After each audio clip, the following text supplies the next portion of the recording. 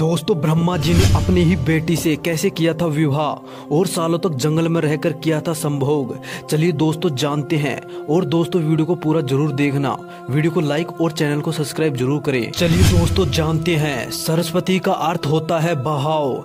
यह बहाव केवल पानी का नहीं बल्कि विद्या और कला का भी है। यही वजह है कि इन्हें विद्या और कला की देवी भी कहा जाता है। सरस्वती के द्वारा विज्ञान, संगीत और कविताओं की रचना की गई है। ऋग्वेद में सरस्वती को देवीय नदी की भी संज्ञा दी गई है।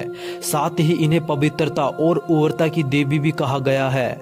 सरस्वती को अन्य नामों से भी पुकारा जाता है, जिनमें बागेश्वरी, शतरूपा, ब्राह्मी, पृथुधर, बकदेवी, वीरज, शारदा आदि प्रमुख हैं। हिंदू धर्म से जुड़े पौराणिक इतिहास पर नजर डाले तो कई ऐसी कहानियां सुनने को मिल जाएंगी जिनसे अभी तक आमजन वाकिफ नहीं है।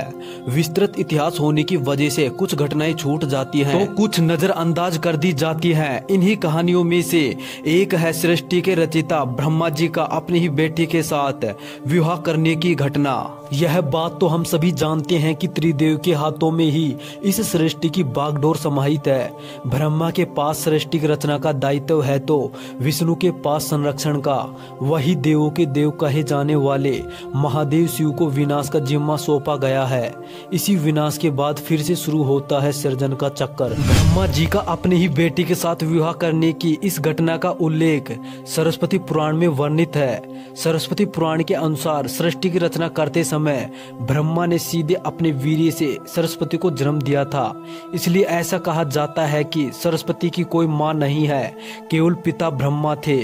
सरस्वती को विद्या की देवी कहा जाता है, लेकिन विद्या की यह देवी बेहद खूबसूरत और आकर्षक थी कि स्वयं ब्रह्मा भी सरस्वती के आकर्षण से खुद को बचाकर नहीं रख पाए और उन्हें अपने अर्धांगिनी बनाने पर विचार करने लगे। सरस्वती ने अपने पिता की इस मनोभावना को भांपकर उनसे बचने के लिए चारों दिशाओं में छिपने का प्रयत्न किया, लेकिन उनका हर प्रयत्न बेकार साबित हुआ। इसलिए विवश होकर उन्हें अपने पिता के साथ विवाह करना पड़ा। ब्रह्मा और सरस्वती करीब 100 वर्षों तक एक जंगल में पति पत्नी की तरह रहे। इन दोनों का एक पुत्र भी हुआ जिसका नाम रखा गया था शंभु मनु।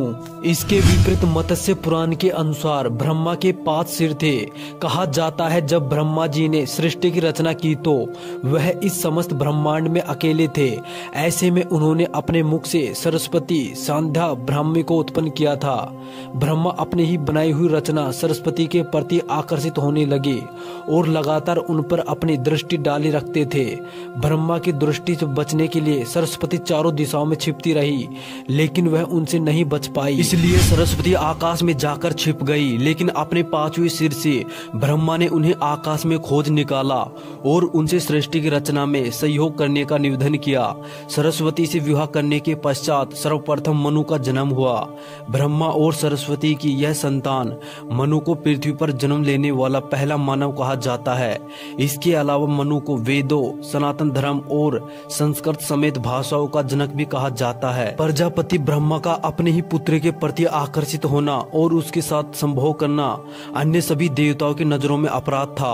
सभी ने मिलकर पापों का सर्वनाश करने वाले शिव से आग्रह किया। ब्रह्मा ने अपने पुत्री के लिए यौन आकांक्षाएं रखी, जो कि एक बड़ा पाप है।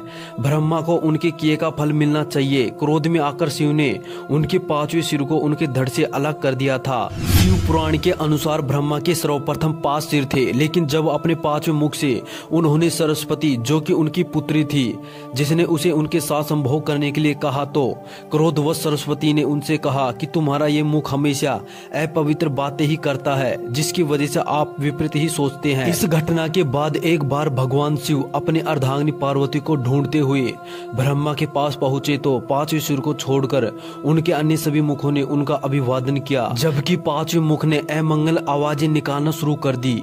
इसी कारणवश क्रोध में आकर शिव ने ब्रह्मा के 5वें सिर को उनके धड़ से अलग कर दिया। दोस्तों, यह जानकारी अच्छी लगी है तो प्लीज वीडियो को लाइक और चैनल को सब्सक्राइब जरूर करें।